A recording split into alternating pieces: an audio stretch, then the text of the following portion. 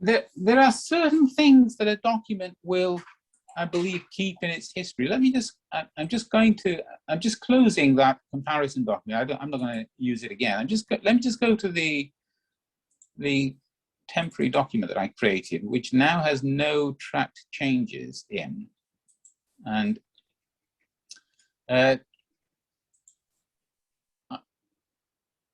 I'm not convinced. First of all, there are certain aspects of a document that often do cause people to come unstuck. So there's a thing called properties. The documents have all kinds of interesting properties which do cause people to become unstuck. The existence of previous, let me just screen share again. So I'm just going to screen share with this window. Right, this window is the properties of the temp document. So obviously it's got a name, it's got some security information, but in particular it's got details about its previous name, who originally wrote it. The previous versions it's trying to find actually are from my Microsoft Windows file history. So that's not relevant, because if I email this document to you, you wouldn't have access to my file history. That's something as part of my Microsoft backup.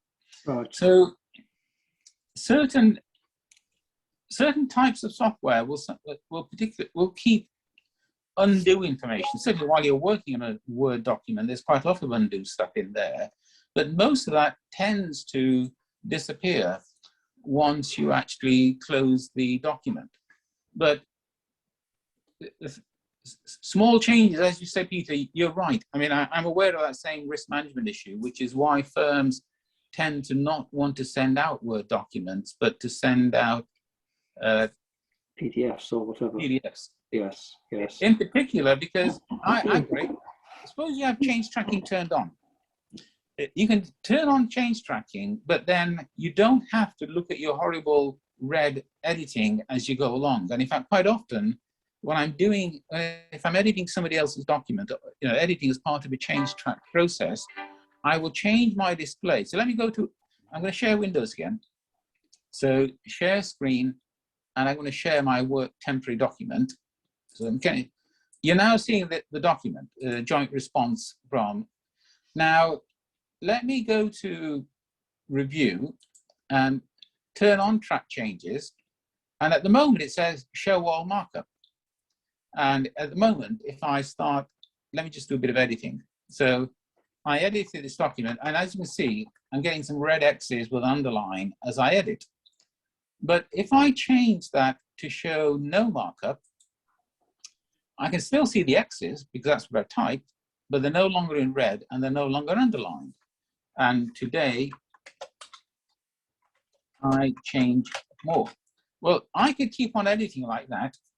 And if I wasn't too conscious that I was in this mode of tracking changes with no markup, and email this document to you, thinking that you can only see what I typed, you could actually show all the changes just by changing that to show all markup. And suddenly all the history was there. And that kind of stupid disaster happens very easily in real life in professional services.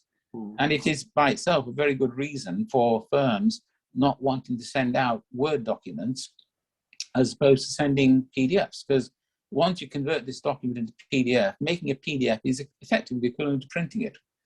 And an enormous amount of undue information, hidden change tracking just disappears. So I think that may be the point of issue.